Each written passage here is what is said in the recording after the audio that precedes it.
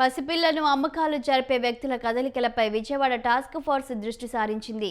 చిన్నపిల్లలను విక్రయించే గ్యాంగ్కు చెక్ పెట్టింది.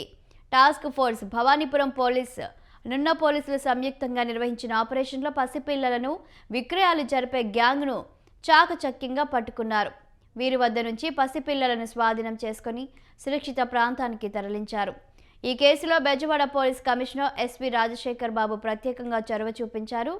టాస్క్ ఫోర్స్లో పనిచేస్తున్న Lalitha Kumari, Nunna CI Krishnamohan, Bhavanipuram CI Uma Maheswararao task force police సిబ్బందిని ప్రత్యేకంగా అభినందించారు.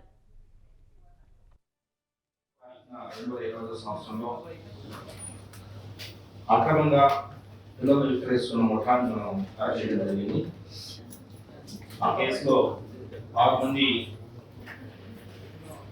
చిన్న బిడ్డలను మనం రిపోర్ట్ చేశాము. రిపోర్ట్ చేసి అందులో చాలా మంది మనము అరెస్ట్ చేయడం జరిగింది. అరెస్ట్ చేసి వాళ్ళని జైలు పంపించడం జరిగింది.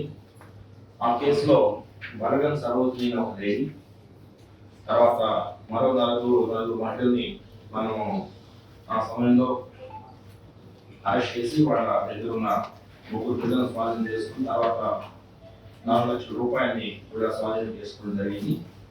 ఆ తర్వాత మళ్ళీ ఒక 3 పిల్లల్ని రిపోర్ట్ చేయడం జరిగింది. అంటే మొత్తం 6 మంది పిల్లల్ని మనం రిపోర్ట్ చేసాం. 4 లక్షల రూపాయలని ఆ రోజు మనము రికవర్ చేసి 5 మందిని రెస్క్యూ చేసి 5 మందిని మనము అరెస్ట్ చేయడం జరిగింది.